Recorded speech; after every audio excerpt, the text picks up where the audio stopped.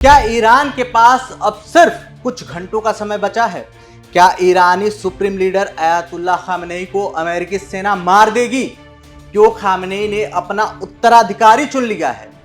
दरअसल सिर्फ कुछ घंटे और ईरान का नक्शा किसी भी समय बदल सकता है, क्योंकि अमेरिकी राष्ट्रपति डोनाल्ड ट्रंप ने ईरान की गर्दन पर अल्टीमेटम की तलवार लटका दी है और सेना की ऐसी तैनाती की है जो 2003 के इराक युद्ध के बाद कभी नहीं देखी, जिससे साफ है कि मिडिल ईस्ट में ऐसी जंग छिड़ने वाली है जिसकी कल्पना किसी ने भी नहीं की होगी। आज के इस खास रिपोर्ट में देखिए कैसे सिर्फ कुछ घंटों में खामेनी का शिकार करेंगे ट्रंप, और अमेरिका के 8 सबसे खतरनाक बेस पर कैसी है जंग की तैयारी। नमस्कार, मैं हूं दिव्यांश और आप देख रहे हैं जी भारत।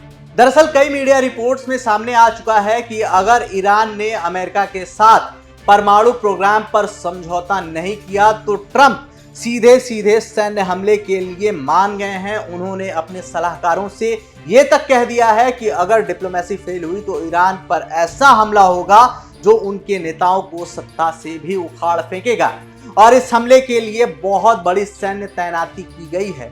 अमेरिका के 8 सबसे खतरनाक बेस पर युद्ध स्तर की तैयारी चल रही है। ये बेस ईरान को घेर चुके हैं, जिसमें पहला है अल उदेद एयरबेस कतर यानी सेंटकॉम का हेडक्वार्टर्स। इस बेस पर 4 से 6 B-52 स्ट्रेटेजिक बॉम्बर्स और 20 से ज्यादा KC-135 टैंकरों की मौजूदगी देखी गई है, लेकिन ईरान की मिसाइल रेंज में होने की वजह से सैकड़ों सैनिकों को सेफ जगह पर शिफ्ट किया गया है। फिर भी कमांड सेंटर फुल एक्टिव है। दूसरा मुआफाक साल्ती एयरबेस जॉर्डन, यानी इस फ्रंट लाइन बेस पर भी 60 से ज्यादा फाइटर प्लेन्स हैं, जिसमें 18 F-35, F-22, F-15E और F-16। इसके अलावा 5 से 9 MQ रिपर ड्रोन से ईरान की हर मूवमेंट पर नजर रखी जा रही है। तीसरा अल दफरा एयरबेस UAE, इस बेस में 12 से 24 F-22 रैप्टर, कम से कम 4 पैट्रियट मिसाइल बैटरी और थर्ड सिस्टम ईरान के हर हमले को तोड़ने के लिए तैयार है।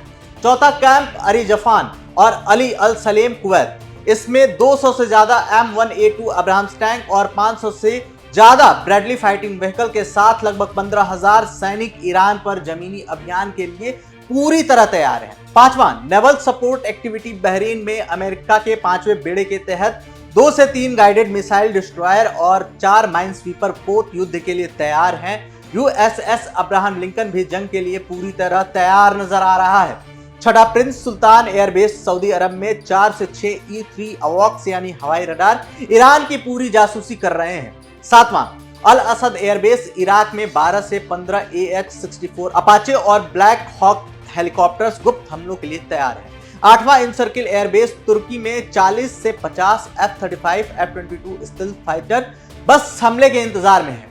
सभी बेसों को अगर मिला ले तो USS Abraham Lincoln, USS Gerald, 50,000 से अधिक सैनिक और 150 से ज्यादा लड़ाकू विमान, ये सब अब सीधे सीधे खामेनी की सत्ता को चुनौती दे रहे हैं। ऐसे में रिपोर्ट्स कहती है कि ईरानी सुप्रीम लीडर अयातुल्लाह खामेनी के करीबी नेता और सैन्य अधिकारी ईरानी रिवॉल्यूशनरी गार्ड्स का मुख्यालय, परमाणु ठिकाने और बैलिस्टिक मिसाइल साइट्स संभावित टारगेट लिस्ट में शामिल है।